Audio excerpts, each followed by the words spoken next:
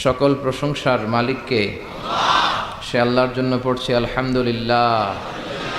সবাই পড়ি রব্বানা লাকাল হামদ হামদান কাসীরান তাইয়িবান মুবারাকান ফীহি ইয়া রাব্বি লাকাল হামদু কামা ইয়ানবাগি লিজালালি ওয়াজহিকা ওয়া আযীমি সুলতানিকা।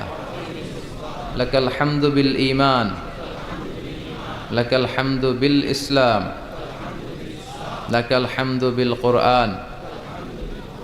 আমরা প্রশংসা করলাম কার? সব সময় প্রশংসা করতে হবে কার? কম কম না বেশি বেশি?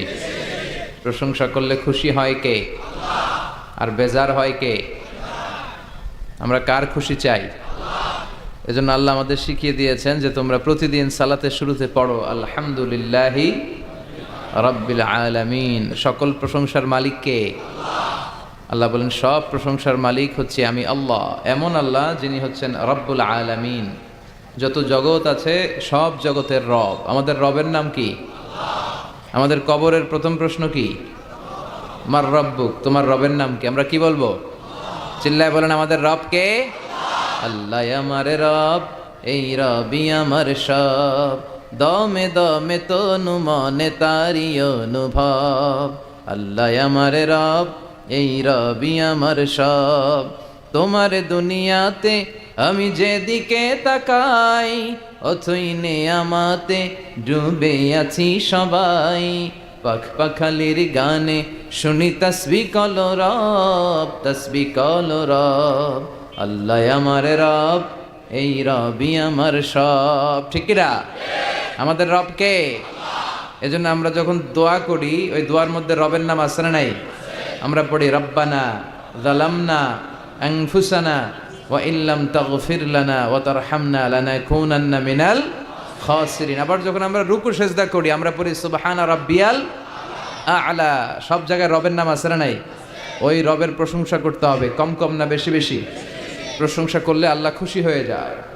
আল্লাহ বলেন লা ইন শাকারতুম লা আযীদান্নাকুম ওয়া লা ইন কাফারতুম ইন্না আযাবি লাশাদীদ।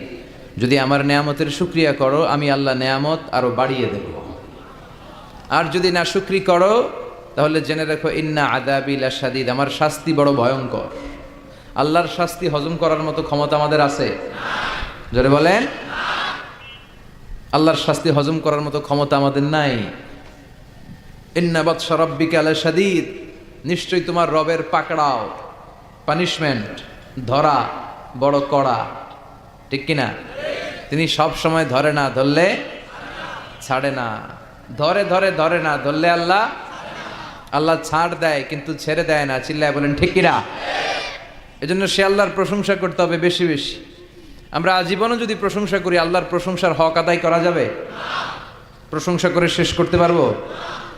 আল্লাহ বলেন পৃথিবীর সব সাগরের পানি যদি কালি হয়ে যায়, পৃথিবীর সব গাছগুলো যদি কলম হয়ে যায়, সাগরের জল নামক কালি দিয়ে, এই গাছ নামক কলম দিয়ে আমি আল্লাহর প্রশংসা যদি তোমরা লিখতে শুরু করে দাও, সাগরের জল ফুরিয়ে যাবে, পৃথিবীর সব গাছগুলো শেষ হয়ে যাবে, কিন্তু আল্লাহর প্রশংসা করে শেষ করা যাবে না।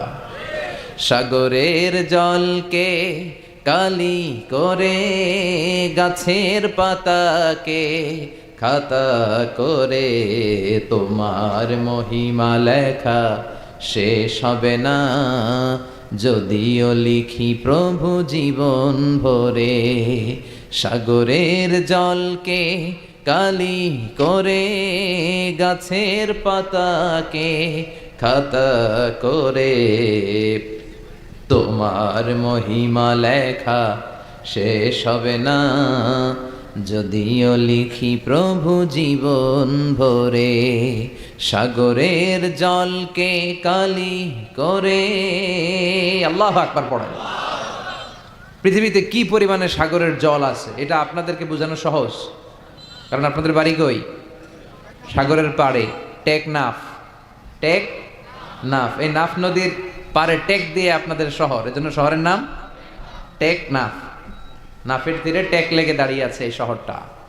তো আপনারা সাগর দেখেছেন, আপনারা দেখেছেন জলোচ্ছ্বাস, আপনারা পানি দেখে অভ্যস্ত, আপনাদেরকে বোঝানো সহজ। পৃথিবীতে কি পরিমাণে পানি আছে সাগর কি শুধু পৃথিবীতে এই একটাই, বঙ্গোপসাগর, আর কোনো সাগর নাই? আছে অনেকগুলো মহাসাগর আছে, প্রশান্ত মহাসাগর, আটলান্টিক মহাসাগর, ভারত মহাসাগর, উত্তর মহাসাগর, দক্ষিণ মহাসাগর, তারপরে কত সাগর আছে, লোহিত সাগর, ভূমধ্য সাগর, কৃষ্ণ সাগর, চায়না সাগর, সাগরের শেষ নাই। আল্লাহ বলে এই সব সাগরের পানি যদি কালি হয়ে যায়, আর পৃথিবীতে যত গাছপালা আছে সব গাছপালাগুলো যদি কলম হয়ে যায়, কি পরিমাণে পৃথিবীতে গাছপালা আছে আমরা কি গুনতে পারবো? এই টেকনাফে কয়টা গাছ আছে বলতে পারবেন কেউ? কক্সবাজারে মোট কয়টা গাছ আছে বলা যাবে? পুরো বাংলাদেশে কয়টা আছে বলা যাবে? তাহলে আফ্রিকার জঙ্গলের কি অবস্থা? পুরো আফ্রিকার জঙ্গলে কি পরিমাণে গাছ আছে আমাদের কোনো আন্দাজ আছে? দেখেন, মেটাফরিক্যালি, রূপকভাবে আল্লাহ কত সুন্দর করে বুঝালেন যে তার প্রশংসা করে যে শেষ করা যায় না। পৃথিবীর সব সাগরের পানি যদি কালি হয়ে যায়, গাছের পাতা যদি খাতা হয়ে যায়, এই কলম দিয়ে, খাতা দিয়ে, এই কালি দিয়ে যদি আমার প্রশংসা, জিকির তোমরা লিখতে শুরু করে দাও, সাগরের জলও শেষ, গাছপালাও শেষ, কিন্তু শেষ হবে না আল্লাহর প্রশংসা। চিল্লায় বলেন ঠিক কিনা? আমরা যদি আল্লাহর প্রশংসা নাও করি, আল্লাহর কোনো লস আছে? লাভ লস কাদের? জোরে বলেন। আমরা যদি আল্লাহর সেজদা নাও দেই, গোটা পৃথিবীর সব কিছু সেজদা দেয় কারে? আন-নাজমু আশ-শাজারু ইয়াসজুদান। পৃথিবীর যত তারা আছে, যত গাছ আছে, সবগুলো সেজদা দেয় কাকে? অস্ট্রেলিয়াতে নাই, টেকনাফে নাই, টেকনাফেও আছে। এই ঘুষ, দুর্নীতি, এগুলো বন্ধ হোক আমরা চাই কি চাই না? যদি বন্ধ করতে চাই তাহলে একটা কিতাবের দিকে ফিরে আসতে হবে। কিতাবটার নাম, এটার নাম আল কোরআন। এই কিতাব থেকে প্রেসক্রিপশন নিতে হবে। অসুস্থ হলে যেমনি আমরা এমবিবিএস ডক্টরের শরণাপন্ন হয়ে প্রেসক্রিপশন নেই, তেমনি এই ঘুণে ধরা সমাজটাকে ঠিক করতে হলে যে বই থেকে প্রেসক্রিপশন নিতে হবে, সেই বইয়ের নাম কি? কোরআন। এই বই থেকে প্রেসক্রিপশন না নিলে আপনার জীবন সুন্দর হবে না। এই বই থেকে প্রেসক্রিপশন না নিলে আপনার ফ্যামিলি সুন্দর হবে না। এই বই থেকে প্রেসক্রিপশন না নিলে আপনার সমাজ সুন্দর হবে না। এই বই থেকে প্রেসক্রিপশন না নিলে শুধু দুদক, দুর্নীতি দমন কমিশন দিয়ে দুর্নীতি বন্ধ করা যাবে না। এই বই থেকে প্রেসক্রিপশন নিতে হবে। যতদিন এই বই থেকে আমরা প্রেসক্রিপশন না নেই, এই ঘুণে ধরা সমাজকে ঠিক করা যাবে না। সমাজের অসঙ্গতি, টেন্ডারবাজি, চাঁদাবাজি, হত্যা, গুম, এগুলো বন্ধ করা যাবে না। চিৎকার করে বলেন ঠিক কিনা? কারণ this book is a problem solving methodology. এই বইটা সব ধরনের সমস্যার সমাধান করে দেয়। আমাদের জীবনের সমস্যা আছে না নাই? যখনই সমস্যায় পড়বেন, যে বইটা খুলবেন, বইটার নাম সমাধান। আছে না নাই? সমাধান চাও যদি জীবনে, মরণে ফিরে যাও, খুঁজে নাও চোখ রাখো কোরআনে। ঠিক কিনা? চোখ রাখবেন কই? না টিভির পর্দায়, জি বাংলার পর্দায়, স্টার জলসা, কিরণমালা? চোখ রাখতে হবে কোথায়? সমাধান চাও যদি জীবনে, মরণে ফিরে যাও, খুঁজে নাও চোখ রাখো কোরআনে। ঠিক কিনা? তাহলে কোরআনের সাথে আমাদের অ্যাটাচমেন্ট বাড়াতে হবে, সম্পর্ক বাড়াতে হবে। এই কিতাব এমন কিতাব, এই কিতাবের একটা অক্ষর পড়লে 10টা নেকি আমলনামায় দেয় কে? এই কিতাবের এক একটা আয়াত আপনি পড়বেন, আপনার জান্নাতের বিল্ডিংকে এক এক তলা লম্বা করে দিবে কে? এই কিতাব এমন কিতাব, এই কিতাব পড়লে সওয়াব, ধরলে সওয়াব, এই কিতাবের জন্য মরলেও সওয়াব। কথা বলেন? এই জন্য এই কিতাবের সাথে সম্পর্ক বাড়াতে হবে। প্রতিদিন যেন কিছু না কিছু পড়ি এই কিতাব থেকে, কিছু না কিছু যেন তেলাওয়াত করি। বিশ্বনবী সাল্লাল্লাহু আলাইহি ওয়াসাল্লাম বলেন, ইকরাউ আল কুরআন ফাইন্নাহু ইয়াতি ইয়াউমাল কিয়ামাতি শাফিআন লি আসহাবি। তোমরা বেশি বেশি কোরআন তেলাওয়াত করো, কারণ এই কোরআনের তেলাওয়াত কিয়ামতের দিন তোমার জন্য সুপারিশকারী হয়ে কাজে লাগবে। কোরআন পড়বেন তো? বাচ্চাদেরকে পড়াবেন তো? ছোটবেলায় আমরা মক্তবে যেতাম, তারপর নুরানি মাদ্রাসা এগুলোতে যেতাম। আপনাদের এলাকায় মক্তব আছে তো? মক্তবে পাঠাবেন বাচ্চাগুলোরে, মক্তবে পাঠাবেন। সে কোরআন শিখবে, সে আল্লাহওয়ালা হবে। যে ছেলেগুলো কোরআন পড়ে, এই ছেলেগুলো বেয়াদব হয় না। এই ছেলেগুলো কোনোদিন টেন্ডারবাজ আর চাঁদাবাজ হবে না। এই ছেলেগুলো দেশপ্রেমিক হবে, আল্লাহওয়ালা হবে, দেশের দোষের কাজে লাগবে। ঠিক কিনা? আর যদি কোরআন না পড়ে, তাহলে দেশের 12টা বাজাবে, দুর্নীতি করে দেশটারে জাহান্নামের আড্ডাখানা বানাবে। সংসদে যে ইসলামকে গালি দিবে আর ইসলামের নাম দিবে মোল্লাতন্ত্র। চিল্লায় বলেন ঠিক কিনা? এজন্য কোরআনের সাথে সম্পর্ক বাড়ানোর দরকার। কোরআন আমাদেরকে শিক্ষিত হতে বলে, সভ্য হতে বলে, সিভিলাইজড হতে বলে। কোরআনের প্রথম কথা হচ্ছে পড়ো। কোরআনের প্রথম কথা কি? ইকরা বিসমি রাব্বিকাল্লাযী খালাক। Read in the name of your lord who has created, পড়ো তোমার প্রভুর নামে যিনি তোমায় তৈরি করেছেন। এজন্য কোরআন যারা পড়বে তারা হবে শিক্ষিত, ভদ্র, মার্জিত। এজন্য প্রতিদিন কোরআন তেলাওয়াত করতে রাজি আছেন? প্রতিদিন কিছু না কিছু হলেও কোরআনের বঙ্গানুবাদ পড়তে রাজি আছেন? এটা খুব জরুরি। মাতৃভাষায়, আমি সব জায়গায় বলার চেষ্টা করি যে মাতৃভাষায় কোরআন পড়তে হবে, কোরআনের বঙ্গানুবাদ পড়তে হবে, তবেই জানা যাবে যে এই কোরআনে আল্লাহ আমাদের জন্য কি বলেছেন। যা বলার আল্লাহ সব বলে দিয়েছেন, নতুন করে আর কিছু বলবে? সব কোরআনের ভেতরে আছে না নাই? এই কোরআনের শুরু হয়েছে বা দিয়ে, কি দিয়ে? শেষ হয়েছে কোরআনটা সিন দিয়ে, কি দিয়ে? মিনাল জিন্নাতি ওয়ান নাস। এই যে সিন, বা আর সিন মিলালে কি হয়? বাস। এবার বাসে চড়ে কক্সবাজার চলো। হ্যাঁ, এই বাস মানে এনাফ, বাস মানে যথেষ্ট। কেমন যেন আল্লাহ বুঝাতে চাইলেন, সূরা ফাতিহা থেকে শুরু করে নাস পর্যন্ত যা দিলাম এটাই তোমাদের জন্য বাস, যথেষ্ট। হেদায়েতের জন্য নতুন কিছু লাগবে না। এই জন্য কোরআন and Sunnah hour way to জান্নাহ। এই কোরআন এবং বিশ্বনবীর সুন্নাহ এটাই আমাদেরকে জান্নাতে নিতে পারে, ঠিক কি না? আসুন কোরআন সুন্নাহ আমরা চর্চা করি, আমরা পড়াশোনা করি আর নিজেদেরকে আলোকিত করি। কোরআন পড়লে আপনাকে আলোকিত করবে কে? এই কোরআনে আলো আছে না নাই? এই কোরআনের নাম দিয়েছেন আল্লাহ নূর। কি নাম দিয়েছেন? কিতাবুন আনজালনাহু ইলাইকা লিতুখরিজান NASA Minaj যুলুমাতি ইলান Noor. O Muhammad, my beloved messenger, I've revealed this holy and sacred book unto you in order to lead the mankind out of darkness into the light. ও নবী, কোরআনকে আমি পাঠিয়েছি এজন্য যে আপনি কোরআন দিয়ে অন্ধকারগুলোকে অন্ধকার থেকে টেনে আলোর পথে নিয়ে ছেড়ে দেবেন, জাহান্নাম থেকে বের করে জান্নাতে ঢুকিয়ে দিবেন। আলহামদুলিল্লাহ পড়েন। এজন্য আসুন কোরআনের সাথে আমরা সম্পর্ক বাড়াই এবং নিজেদের জীবনকে আলোকিত করি। আল্লাহ তুমি তৌফিক দাও। সময় আমাদের কম, কথা অনেক বেশি, আবার কথা খুব লম্বা চূড়া করাও ঠিক নয়। বিষ্ণু ঈসা ইসলাম বলেছেন, খুতাবুকুম তভিলা ও সলাওয়াতুকুম কসীরা। কিয়ামতের আগে তোমাদের খুতবা, বক্তব্যগুলো লম্বা হয়ে যাবে আর সালাতগুলো ছোট হয়ে যাবে। One of the minor signs before the day of judgment, your Islamic lectures will be very longer and your offering salah 5 times a day will be very shorter. কিয়ামতের আগে বক্তব্য হবে লম্বা চূড়া, কিন্তু নামাজ হবে খাটো খাটো। কথা কন, আছে না নাই? এখন বক্তব্য শুরু হইলে লোকজন উঠতে চায় না, কয় হুজুর আরো করেন। ওয়াজ অনেক টেস্ট লাগে, নামাজ টেস্ট লাগে না। আছে না নাই? উল্টা হয়ে গেল। বক্তব্য হবে ছোটখাটো, অল্প সময়ের নাসিহাত, এটা ভালো। আর সালাতে যখন দাঁড়াবেন লম্বা সালাত পড়বেন। বিষ্ণু ঈসা ইসলাম যখন সালাতে দাঁড়াতেন, তিনি হাত বেঁধে নামাজ পড়তে পড়তে তাহাজ্জুদের সালাতে হাত ব্যথা হয়ে যেত, তখন বিষ্ণুনবী হাত ছেড়ে দিতেন। সুবহানাল্লাহ পড়েন। আবার যখন এনার্জি ফিরে পেতেন, শক্তি ফিরে পেতেন, আবার হাত বাঁধতেন, আবার খারাপ লাগলে ছেড়ে দিতেন। তার মানে হাত ছেড়ে দিল নামাজ হয়, ঠিক কিনা? কিন্তু উপরে বাঁধবে না নিচে বাঁধবে, এ নিয়ে কিলাকিলি আছে না নাই? টেকনাফে মনে হয় কিলাকিলি ঢুকে নাই? হ্যাঁ, কেউ কয় আছে, কেউ কয় নাই। তো এগুলো কম, আলহামদুলিল্লাহ কম। এগুলো নিয়ে ফিতনা তৈরি করা যাবে না। আমাদের সালাদগুলো যেন লম্বা হয়, সালাদ যেন ধীরে সুস্থে হয়।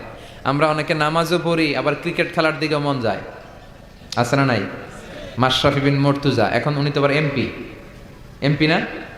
তো এমপি কি আউট হইলো না ছক্কা মারলো? টেনশন আছে না নাই?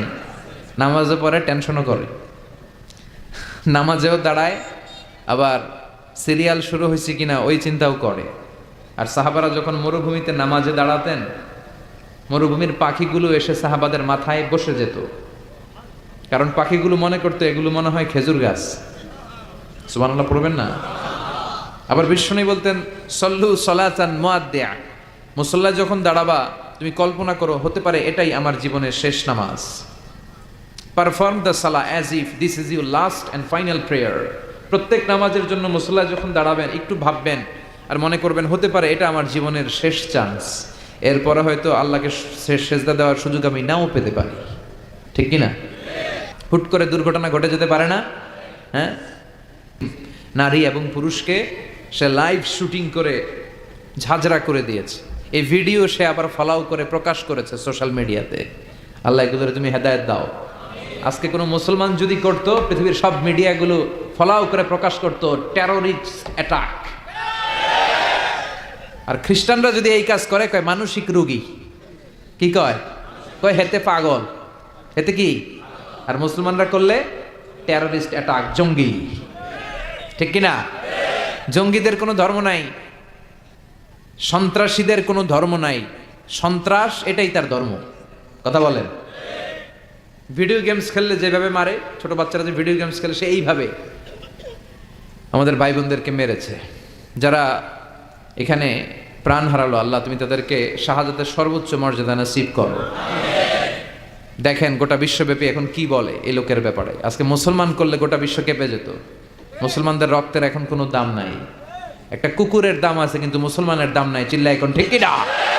আমাদেরকে গোটা বিশ্বব্যাপী মারে, অত্যাচারের স্টিম রোলার, কিন্তু আমাদের পক্ষে কেউ যে একটা ধমকি দিবে এমন কোন নেতা আমাদের না। এক রিসেপ তাইয়েব এরদোগান, সে গোটা মুসলিম বিশ্বের জন্য চেষ্টা করে যাচ্ছে, কিন্তু ওর পিছনেও শত্রু আছে না নাই? ওর পিছনেও টিকটিকির অভাব নাই। কথা কন। আমাদের কোনো কম্বাইন্ড মিলিটারি নাই। 50টারও বেশি মুসলিম দেশ, আমাদের একটা যৌথ সেনাবাহিনীর দরকার ছিল কি ছিল না? আমাদের যদি যৌথ একটা মিলিটারি থাকতো, পৃথিবীর কোথাও মুসলমানরা আক্রান্ত হলে, কেউ এসে আক্রমণ করলে আমাদের মিলিটারি সেখানে যে প্রতিরোধ করে তুলতো। চিল্লা এখন ঠিক কিনা? লিডারশিপ নাই, সেন্ট্রাল লিডারশিপ নাই, আমাদের কেন্দ্রীয় কোনো মিলিটারি নাই। গোটা বিশ্বব্যাপী আমরা মার খাই। উই আর ওয়েটিং ফর আল ইমাম আল মাহদি। ইমাম মাহদি আসার লম্বা। সাহাবারা যখন সালাত পড়তেন, পাখি এসে মাথায় বসতো, আর পাখি কি মনে করতো? এটা খেজুর গাছ। সাইয়েদনা আলী রাদিয়াল্লাহু তাআলা আনহুর পায়ের ভেতরে তীর ঢুকেছে, যুদ্ধে জখম হয়েছে, উনি তীর বের করতে পারে না। তীর ধরে টান দিলে উনি চিৎকার মারে। বিশ্বনবী বললেন, আকিমিস সালাহ আরিহনা বিসসালাহ ইয়া বিলাল, বেলাল ইকামত দাও। আরেক সাহাবীকে বললেন, তুমি লুকিয়ে আমরা যখন নামাজ পড়বো, তুমি আমার মেয়ের জামাই আলীর পা থেকে টেনে তীর বের করবে। বিষ্ণুই যা বললেন সে তাই করলো। নামাজ চলা অবস্থায় সাইয়েদনা আলীর পায়ের কাছে যে টেনে তীর বের করেছে, ফিনকি দিয়ে রক্ত বেরিয়েছে, কিন্তু সাইয়েদনা আলী টের পায় না। উনিও নামাজ পড়ে, আমরাও নামাজ পড়ি। আমাদের নামাজের মধ্যে কোনো খুশু নাই, খুদু নাই। আল্লাহ বলেন, ক্বাদ আফলাহাল মুমিনুন আল্লাযীনা হুম ফী সালাতিহিম খাশিউন। Successful indeed are the believers who offer their 5 times সালাহ with full of solemnity and submission। সফল তারা, ঈমান এনেছে যারা। তবে ওই মুমিন যারা নামাজে যখন দাঁড়ায় তাদের অন্তরে ভয় থাকে কার? আমাদের নামাজে তাড়াহুড়ো আছে না নাই? অনেকে দেখবেন যে রুকু থেকে সোজা হয়ে দাঁড়ানো এটা ওয়াজিব, অনেকে রুকু থেকে কোন রকম মাথা তুলে সেজদায় দৌড় মারে। 2 সেজদার মাঝখানে ধীরস্থির ভাবে বসা ওয়াজিব, অনেকে একটা সেজদা দিয়ে কোন রকম মাথা তুলে আরেক সেজদায় দৌড় মারে। আছে না নাই? টেকনাফে বোধহয় এগুলো নাই, আছে? এগুলো করা যাবে। ধীরস্থির ভাবে বিশ্বনবী সালাত পড়তে বলেছেন। এমনকি একামত দিয়েছে, জামাত শুরু হয়েছে, ওই জামাত ধরার জন্য দৌড়িয়ে যে নামাজ পড়া যাবে। নো রাশিং ইন সালাত, নো হ্যাস্টিনেস ইন সালাত। সালাতে তাড়াহুড়ো নাই, সালাতে আছে ধীরস্থিরতা, রিল্যাক্স। সালাত মানে কি? রিল্যাক্স করবেন আপনি, আরামসে দাঁড়াবেন, আরামসে রুকু করবেন। বিষ্ণু বলেছেন, ইদা উকিমাতিস সালাহ, যখন নামাজের একামত হয়ে যায়, ফালা তাতুহা তাসাউন, তোমরা দৌড়ে দৌড়ে সালাতে যেও না। ওয়া আতুহা তামশুন, হেঁটে হেঁটে যাবা। একামত হয়েছে, দৌড় দিবা না, হেঁটে হেঁটে। ফামা আদরাকতুম ফাসাল্লু, যতটুকু যে পাবে ততটুকু পড়বে। ওমা ফাতাকুম ফাআতিমু, যেটা ছুটে যাবে পরে নিজে নিজে পড়বে। কবুল করে নেবে কে? আল্লাহ। আমাদের অনেকে আছে, নামাজ শুরু হয়েছে, উনি ওযু করতেছে, উনি টের পাচ্ছে কিছুক্ষণ পরে ইমাম সাহেব আল্লাহু আকবার বলে রুকুতে যাবে, আর রুকু ধরার জন্য অনেকে দেয় দৌড়। আছে না নাই? টাইলসের মসজিদে অনেকে দেয় দৌড়। এক লোক দৌড় দিছে, উল্টায় পড়ছে, লুঙ্গি একদিকে, মুসল্লি আরেকদিকে। টাইলসের মসজিদে অজু করে দৌড় দিবেন না, খবরদার। অজু করে পিচ্ছিল পা থাকে, আস্তে আস্তে যাবেন, না হলে দুর্ঘটনা ঘটে যাবে। দেখেন, বিশ্বনবীর সুন্নাহ আছে যেখানে বরকত আছে, সুন্নাহ নাই যেখানে বিপদ আছে। এজন্য সালাতগুলো যেন ধীর স্থির ভাবে হয়। আবার সালাতের পরে তাসবিহ পড়ে না লোকজন। নামাজের পরে কি পড়া সুন্নাত? তাসবিহ। কিন্তু আমরা নামাজের পরে মুনাজাত দেওয়া সুন্নাত বানাই ফেলছি। আছে না নাই? আসসালামু আলাইকুম ওয়া রাহমাতুল্লাহ, আসসালামু আলাইকুম, আল্লাহুম্মা আমিন ইয়া আরহামার রাহিমিন। আছে না? তুমি কি বললো? আমিন ইয়া আরহামার রাহিমিন, এটা কি দোয়া? দোয়া করার সুন্নাহ, হাত তুলেও করতে পারেন, হাত তোলা ছাড়াও করতে পারেন, এটা জায়েজ আছে। কিন্তু সালাম ফিরানোর পরে বিশ্বনবী দোয়া করতেন না তাসবিহ পড়তেন?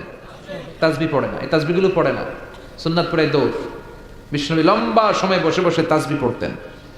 33 বার সুবহানাল্লাহ, 33 বার আলহামদুলিল্লাহ, 33 বার আল্লাহু আকবার, 34 বার আল্লাহু আকবার পড়ে না। আবার বিশ্বনবী ফরজ সালাতের পরে আয়াতুল কুরসি পড়তেন। বিশ্বনবী বলতেন, মান ক্বারাআ আয়াতাল কুরসি দুবুরা কুল্লি সালাতিন মাকতুবা লাম ইয়ামনাহু মিন দুখুলিল জান্নাতি ইল্লাল মাউত। প্রত্যেক ফরজ সালাতের পরে যে আয়াতুল কুরসি পড়বে তার জান্নাতে যেতে কোনো কিছুই বাধা দিতে পারবে না, একটা জিনিস ছাড়া, সেটা হলো মরণ। লোকটা মরে না তাই জান্নাতে যায় না, মরলেই জান্নাতি। এত দামি ইবাদত তাসবিহ ছাড়া যাবে? কথা বলে। এজন্য ফরজ সালাতের পরে আমরা আয়াতুল কুরসি পড়ব। কি পড়ব? রাজি আছেন সবাই? এজন্য সালাতে যেন আমরা মনোযোগী হই, আমরা যেন ধীরস্থিরভাবে সালাত করতে পারি। কারণ আউয়ালু মা ইউহাসাবু বিহিল আবদু ইয়াউমাল কিয়ামাতি আস-সালাহ। কিয়ামতের দিন সর্বপ্রথম আমাদের যে হিসাবটা আল্লাহ নেবেন সেটা হচ্ছে সালাতের হিসাব। আওয়াজ করে বলেন তো কিসের হিসাব? সালাত কায়েম করো, সালাত কায়েম করো, হবে সম্মানী তুমি, হবে জান্নাতি তুমি, হবে সম্মানী তুমি, হবে জান্নাতি তুমি। দিবে কাল হাসরে শীতল ছায়া আরশে আজিম, রাব্বিয়াল আলা রাব্বিয়াল আযীম। আলহামদুলিল্লাহ পড়েন। এজন্য সালাত যেন হয় আমাদের নিত্য সঙ্গী, আর সালাত যেন আমরা ধীরস্থিরভাবে পড়তে পারি। আল্লাহ তুমি তৌফিক দাও। আমি আপনাদের খেদমতে আমার খুতবার শুরুতে সূরাতু আদ-দুহা থেকে কয়েকটা আয়াত তেলাওয়াত করেছি। যে সূরাটা আমাদের অনেকেরই মুখস্থ আছে না? সূরা দোহা মুখস্থ আছে না? এই সূরাতুদ দুহাতে আল্লাহ তাআলা আমাদের জন্য কি শিক্ষা রাখলেন, কি মেসেজ আমাদেরকে দিতে চাইলেন, এটা নিয়ে আজকে আমরা অল্প কিছু সময় কথা শুনবো। সবাই পড়ে ইনশাআল্লাহ। শেষ পর্যন্ত আপনারা থাকবেন তো? চলে যাবেন না? চলে যাবেন কে কে দেখি তো হাত তুলেন। কেউ যাবেন না? ইনশাআল্লাহ পড়েন। তাহলে কথা দিলেন কিন্তু শেষ পর্যন্ত থাকবেন। থাকবেন? আচ্ছা, আমরা একসাথে বিদায় নিব। আর আজকে আমার এই বছরের শেষ মাহফিল। এই যে গত কয়েক মাস ধরে যে প্রোগ্রাম করতেছি, তাফসীর প্রোগ্রাম, আপনাদের টেকনাফির প্রোগ্রামের মধ্যে দিয়ে আমার প্রোগ্রাম শেষ। তো এই জন্য আসুন আমরা সূরাতু আদ-দুহা, এই সূরার ভেতরে আল্লাহ তাআলা আমাদেরকে কি মেসেজ দিতে চাইলেন, তথ্য উপাত্ত দিতে চাইলেন, শিক্ষা আমাদের জন্য রাখলেন, আমরা দেখার চেষ্টা করি। সূরাতু আদ-দুহা এটা কোরআনের একটা মোটিভেশনাল সূরা, অনুপ্রেরণাদায়ক সূরা। আমরা অনেকে হতাশায় ভুগে থাকি, এজন্য আল্লাহ হতাশ মানুষদের জন্য এই সূরাটা নাজিল করলেন। সুবহানাল্লাহ পড়েন। এই পুরো সূরা জুড়ে আল্লাহ তাআলা বিশ্বনবীর ব্যাপারে অনেক কথা বলেছেন, বিশ্বনবীকে সান্ত্বনা দিয়েছেন। শুরুতেই আমরা জেনে নেই এই সূরার সেন্ট্রাল থিম বা কেন্দ্রীয় আলোচ্য বিষয় কি। এই সূরার কেন্দ্রীয় আলোচ্য বিষয় হচ্ছে হতাশ হওয়া যাবে না। মুমিন কখনো হতাশ হয়? ভরসা রাখে কার উপর? লা তাইআসু মির রাউহিল্লাহ ইন্নাহু লা ইয়াইআসু মির রাউহিল্লাহি ইল্লাল কওমুল কাফিরুন। তোমরা নিরাশ হয়ে যেও না, হতাশ হবে না। কাফেররা, মুশরিকরা, নাস্তিকরা ছাড়া কেউ হতাশ হয় না। মুমিনরা কখনো নিরাশ হয় না, কারণ মুমিনের ভরসার আর আশার একটা জায়গা আছে না নাই? মুমিনের আশার জায়গাটার নাম কি? চিল্লায় বলেন। আমরা বিপদে পড়লে বিপদ থেকে মুক্ত করে কে? অসুস্থ হলে সুস্থ করে কে? কেউ যেটা পারে না পারে কে? কেউ যেটা দেখে না দেখে কে? কেউ যেটা দেয় না দেয় কে? সে আল্লাহ বললেন এই সূরার ভেতরে আমি তোমাদের জন্য অনুপ্রেরণা রেখেছি। এই সূরার কেন্দ্রীয় কথা হচ্ছে হতাশ হবে না, নিরাশ হবে না, হাল ছেড়ে দিও না, ভরসা রাখো কার উপর? চিল্লায় বলেন কার উপর? মুমিন কখনো হতাশ হয়? Every time you feel like you cannot go on, you feel so lost that you are so alone, don't despair and never lose hope, 'cause Allah is always by your side. Inshallah, inshallah, inshallah, you will find your way. Inshallah, inshallah, inshallah, you will find your way. Every time you feel like you cannot go on, you feel so lost that you are so alone, don't despair and never lose hope, 'cause Allah is always by your side. Inshallah, inshallah, পড়েন ইনশাআল্লাহ you will find a way, ইনশাআল্লাহ ইনশাআল্লাহ ইনশাআল্লাহ you will find your way। আলহামদুলিল্লাহ পড়েন। Never lose hope, আশা ছেড়ে দিও না, ভরসা রাখো একজনের উপর, তিনি কে? You will find your way, তুমি তোমার রাস্তা খুঁজে পাবে, আর তোমাকে রাস্তা দেখাবে কে? এই সূরাটা যারা হতাশ তাদের জন্য আশার আলো হয়ে, আশার মশাল হয়ে জ্বলতে থাকবে কিয়ামত পর্যন্ত, ঠিক কিনা? আমরা কখনো হতাশ হই না, আমরা কখনো নিরাশ হই না, আমরা কখনোই হাল ছেড়ে দেই না, আমরা ভরসা রাখি একজনের উপর, তিনি কে? এই সূরার ভেতরে আল্লাহ আমাদেরকে অনুপ্রেরণা জাগালেন, মোটিভেশন দিলেন। এটা মোটিভেশনাল সূরা। দেখবেন এই সূরাটা পড়লে আপনি আরো উজ্জীবিত হবেন, আপনার মনে হবে যে আমার কেউ না থাক, আমার আছে কে? উনি থাকলেই চলবে, ঠিক কিনা? তিনি আমাদের ওয়াকিল, তিনি আমাদের কাফিল, তিনি আমাদের ওয়ালি, তিনি আমাদের গার্ডিয়ান, তিনি আমাদের অভিভাবক, আর তিনি থাকলেই চলবে, আর কাউকে লাগবে না। এই সূরাটা নাজিলের একটা ব্যাকগ্রাউন্ড আছে, শুনবেন? শানে নজুল, কোন প্রেক্ষাপটে এই সূরাটা নাজিল হলো, তাফসীর বোঝার আগে আগে ওইটা জানার দরকার আছে না নাই? এটা মাক্কি সূরা। এই সূরাটা কি সূরা?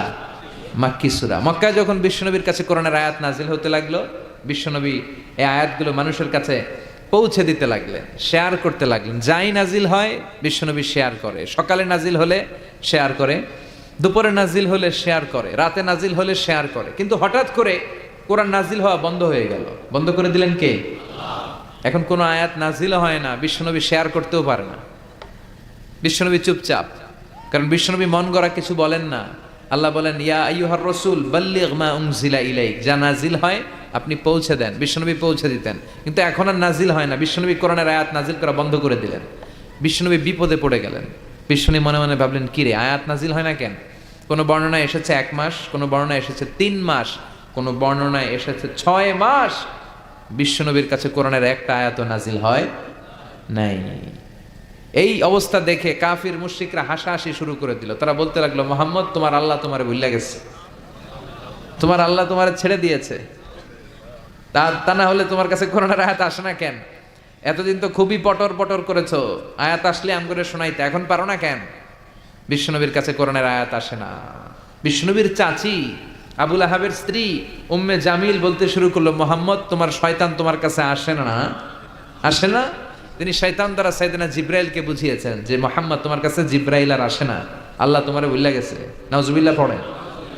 এই পরিস্থিতিতে বিশ্বনবী খুব হতাশ হয়ে গেলেন, বিমর্ষ হয়ে গেলেন, আর মনে মনে ভাবলেন, কি রে, আসলে কি আল্লাহ আমারে ভুলে গেল? আমার কোনো ভুল হচ্ছে না তো, আমি কোনো অন্যায় করি নাই তো, আল্লাহ কোরআনের আয়াত নাজিল করা বন্ধ করলো কেন? বিশ্বনবী হতাশ হলেন, বিশ্বনবী নিরাশ হলেন। বিশ্বনবীর হতাশা আর নিরাশাকে কাটিয়ে দেওয়ার জন্য এই সূরাটাকে নাজিল করলো কে? রব্বুল আলামিন তখনই নাজিল করে দিলেন আর বললেন, ওয়াদ-দুহা ওয়াল-লাইলি ইযা সাজা মা ওয়াদ্দা'আকা রাব্বুকা ওয়া মা ক্বালা ওয়ালাল আখিরাতু খায়রুল লাকা মিনাল উলা। সুবহানাল্লাহ পড়া। আল্লাহ নাজিল করলেন ওয়াদ-দুহা। দুহা মানে আলো, দুহা মানে কি? আলো। আল্লাহ বললেন ওয়াদ-দুহা, নবী আলোর শপথ, ওয়াল-লাইলি ইযা সাজা, আর অন্ধকারের শপথ মানে রাত্রির শপথ, যখন রাত্রিটা নিঝুম হয়, হয় নিস্তব্ধ। সুবহানাল্লাহ পড়েন। আল্লাহ বললেন নবী আলোর শপথ, ওয়াদ-দুহা, আলো, আলোর শপথ, আশার আলো, সম্ভাবনার আলো। ও নবী, আমি আলোর শপথ কাটলাম। আল্লাহ তাআলা আলোর কসম কাটলেন, আবার আল-লাইল দ্বারা অন্ধকারের কসম কাটলেন, আর বোঝাতে চাইলেন নবী আলো আর অন্ধকার দুইটারই দরকার আছে, ঠিক কিনা? সব সময় যদি আলো থাকে, 24 ঘন্টায় যদি সূর্যের আলো থাকে, ভালো লাগবে? ঘুমানো যাবে? আবার সব সময় যদি অন্ধকার থাকে, তাহলে দিনের বেলা কাজ করা যাবে? তার মানে আলোরও যেমনি দরকার, অন্ধকারেরও দরকার আছে না নাই? আলো দ্বারা রব্বুল আলামিন ওহীর আগমনকে বুঝালেন, অন্ধকার দ্বারা রব্বুল আলামিন ওহীর অনুপস্থিতিকে বুঝালেন। আর বুঝাতে চাইলেন নবী যেমনি সব সময় আলো থাকলে ভাল লাগে না, মাঝে মাঝে অন্ধকারের দরকার, তেমনি সব সময় ওহী নাজিল করলে আপনার পক্ষে এটা মেনে নেওয়া সহ্য হবে না, তাই মাঝে মাঝে ওহী বন্ধ রেখে আপনাকে একটু বিশ্রামও দেয়া দরকার। সুবহানাল্লাহ। ও নবী, আমি তো ইচ্ছা করে ওহী নাজিল বন্ধ রেখে দিয়েছি, কারণ সব সময় ওহী রিসিভ করা এটা আপনার জন্য কষ্ট হয়ে যাবে। সব সময় ওহী আসলে এই কোরআনকে রিসিভ করতে করতে আপনি দুর্বল হয়ে যাবেন, কারণ কোরআন তো সাধারণ কোনো কথা নয়, এটা কার কথা? এই কোরআনের বাণীগুলো কার? সূর্যের আলোর যেমনি তেজ আছে, কোরআনেরও তেজ আছে না নাই? সূর্যের ভেতরে যেমনি কিরণ আছে, কোরআনের ভেতরে কিরণ আছে না নাই? আল্লাহ বললেন, লাউ আনজালনা হাযাল কুরআনা আলা জাবালিন লারাআইতাহু খাশিআম মুতাসাদ্দিআম মিন খাশিয়াতিল্লাহ। ও নবী, কোরআনকে মানুষের উপর নাজিল না করে বিশাল বিশাল বড় বড় পাহাড়ের উপর যদি আমি নাজিল করতাম, আপনি দেখতেন কোরআনের ভায়ার ভরে পাহাড়, বড় বড় পাহাড়গুলো ভেঙে ভেঙে চূর্ণ বিচূর্ণ হয়ে খান খান হয়ে গিয়েছে গো নবী। সুবহানাল্লাহ পড়ে। এটা সাধারণ কিতাব নয়।